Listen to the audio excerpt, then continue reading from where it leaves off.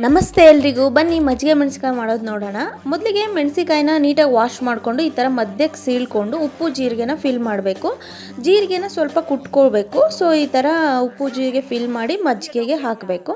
ನೋಡಿ ಈ ಥರ ಒಂದು 2 to 3 ಡೇಸ್ ನೀವು ನೆನೆಯೋಕೆ ಬಿಡಬೇಕು. ಅದನ್ನು ಮಜ್ಜಿಗೆ ಎಲ್ಲ ಹುಳಿ ಎಲ್ಲ ಹೀರ್ಕೊಳ್ಳುತ್ತೆ ಚೆನ್ನಾಗಿ ಮೆಣಸಿನಕಾಯಿ. ನೋಡಿ ಈಗ ಒಂದು 2 ಡೇಸ್ ಆಗಿದೆ. ಸೊ ನಾನು ಈಗ ಮಜ್ಜಿಗೆಯಲ್ಲಿ ನಾನು ಮೆಣಸಿಕಾಯಿನ ಸಪ್ರೇಟ್ ಮಾಡ್ತಾ ಇದ್ದೀನಿ. ಇದನ್ನು ನೀವು ಒಂದು 2 ಡೇಸ್ ಬಿಸಿಲಿಗೆ ಡ್ರೈ ಮಾಡಬೇಕು. ಸೊ ನೀಟಾಗಿ ಒಂದು ಸ್ವಲ್ಪ ಕೂಡ ಹಸಿ ಇರಬಾರ್ದು. ಮೆಣಸಿನ್ಕಾಯಿ ಪೂರ್ತಿಯಾಗಿ ಡ್ರೈ ಆಗಬೇಕು.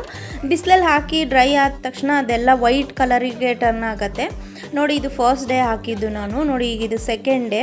ಹಾಗೆಯೇ ಸೆಕೆಂಡ್ ಡೇ ಸಂಜೆ ಅಷ್ಟರಲ್ಲಿ ಈ ಥರ ಡ್ರೈ ಆಗಿಬಿಟ್ಟಿತ್ತು ಎಲ್ಲ. ನೋಡಿ ನೀಟಾಗಿ ಒಣಗಿದೆ ಎಲ್ಲ. ಬನ್ನಿ ಇದನ್ನು ಫ್ರೈ ಮಾಡೋಣ. ಎಣ್ಣೆ ಬಿಸಿ ಆಗಿದೆ. ಈಗ ಒಂದು ನಾನು 3-4 ಮೆಣಸಿನ್ಕಾಯಿ ಹಾಕಿ ಫ್ರೈ ಮಾಡ್ತಾ ಇದ್ದೀನಿ. ಇದನ್ನು ನೀವು ಹಬ್ಬಗಳ ಟೈಮಲ್ಲಿ ನಂಚಿಕೆಗೆ ಮಾಡ್ಕೋಬೋದು. ತುಂಬಾ ಚೆನ್ನಾಗಿರುತ್ತೆ, ಟೇಸ್ಟಿಯಾಗಿರುತ್ತೆ. ಹಾಗೆಯೇ ನೀವು ಮಧ್ಯಾಹ್ನ ಲಂಚು ಕೂಡ ರೈಸ್ ಜೊತೆಗೆ ತಿನ್ಬೋದು. ಹಾಗೆ ರೊಟ್ಟಿ ಪಲ್ಯ ಮಾಡಿರ್ತೀರಲ್ವ, ರೊಟ್ಟಿ ಜೊತೆ ಕೂಡ ಕಾಂಬಿನೇಷನ್ ಚೆನ್ನಾಗಿರುತ್ತೆ. ಒಂದು ಸಾರಿ ಟ್ರೈ ಮಾಡಿ ನೋಡಿ. Thank you.